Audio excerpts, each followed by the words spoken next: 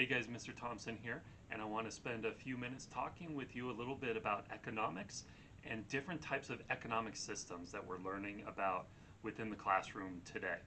So economics is the study of wealth, how we produce it, how we consume it, and how we transfer or move it. And wealth could take a few different um, forms. It could be natural resources, such as we've learned about. It could be manufactured or created goods and resources, or it could simply be money. So, how do we get this stuff? How do we spend or use this stuff? And how do we move and transfer that stuff around? Now, when it comes to economic systems, there are four basic types that we want to kind of know and understand. Those four types of economic systems are a traditional economy, a market economy, a command economy, and a mixed economy. Now, the first one we're going to look at real quick is a traditional economy. A traditional economy is the oldest types of economies that we typically have. This is very localized and it's very much based on a bartering or trading system. Usually, people in a society are very close, often know each other, maybe even related to each other. Think of a small village, and people specialize in developing certain types of resources.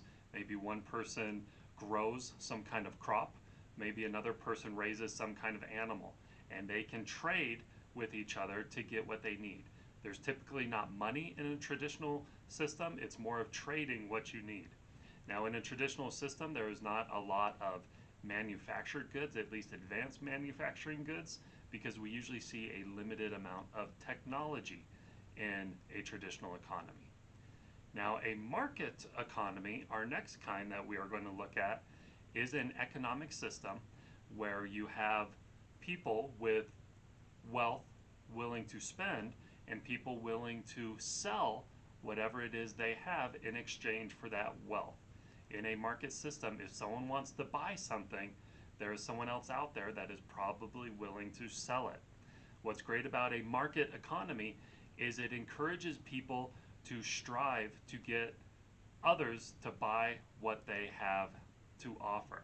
So if you have lots of people growing the same kinds of foods, all of a sudden people are going to start buying from whoever has the best type of that food. If you have a lot of people making a specific type of tool or a specific type of product that lots of people want, you now have them competing with each other to try to make the best that their consumers are going to buy. Market economy also kind of takes care of itself in that people are only going to pay so much money for something. If someone tries going around and charging a whole lot of money for a product and no one is willing to pay that amount, they're going to eventually have to lower that price until they find customers willing to sell. Now, in a market economy, it assumes that everything is of equal value to people, or at least to a value in which it can be sold. This comes as a bit of a problem when you run into things like healthcare. So, how do you put a price on keeping someone healthy? If someone is dying, at what point do you say that they're kind of willing to spend anything? And at what point do you say that they're being taken advantage of based on price? Same thing with education. We get free education here, at least through K through 12. That is not something we put what we would call a market price on. So that kind of leads a little bit into our third economic system, a command economy. A command economy is where a central authority figure, typically a government, steps in and they set rules on what products can be sold, how they are sold, maybe the price they are sold, and also how products are made and how goods are made. Now, this can be really good because a command economy can focus on society as a whole and making sure that products on the market are not only safe for society, but they're the products that a society needs or a society can use. This is also good for systems where spending money isn't always the only factor in whether you need it or not. So things like schooling, things like healthcare, things like proper banking systems, where you need someone to kind of set the rules to make sure everyone's playing fairly. to make sure that people who sell food are making it safe, that I don't spend money for food, I bring it home and I get sick because it was poorly made. Government rules step in and kind of control the economy in a command economy. Now, this can also become a problem because it can mean things are slow. It means people are not competing one with another, so products aren't getting better and cheaper. So command economies are not perfect as well, which is why we get into our fourth economic system, which is a mixed market economy. A mixed market economy takes some market economy, some command economy, and kind of puts them together. That's what we have here in America. We have a system where, for the most part, people can buy and sell goods and services so long as the buyer and the seller agree with each other. Yet, amidst that, we do have some government rules and regulations. Regulations on businesses needing to stay clean, businesses needing to sell products honestly, so you can't sell something that you know is going to break the moment it gets home. There are certain protections around that. Food needs to be safe. It has expiration dates printed on it. We have resources available to help with things like education, healthcare, taking care of the sick and the elderly. So these are command economy ideas, but within a market system, which we would call a mixed economy. So let's think about these four economic systems, and let's look at maybe an example on how these might work. So in a traditional economy, you might have people who are close together that specialize in specific types of goods that they can produce. Maybe it's raising sheep, growing and harvesting wheat, or gathering lumber, wood. So these kinds of resources can get traded among these different producers. They trade what they have to get what they need. And ultimately, this is kind of leading to a simple, more natural type of society where these goods are raw materials, sometimes lightly manufactured, but people are kind of trading what they have to get what they need to survive, and that's about kind of the limit of it. In a market economy, people who are producing goods might start to find that they have more than they are needing even to trade. So if you have a surplus of sheep, or you have more harvested lumber than you can even trade with those that you need, all of a sudden now you might start doing more with it. You might start refining and manufacturing even greater kinds of materials.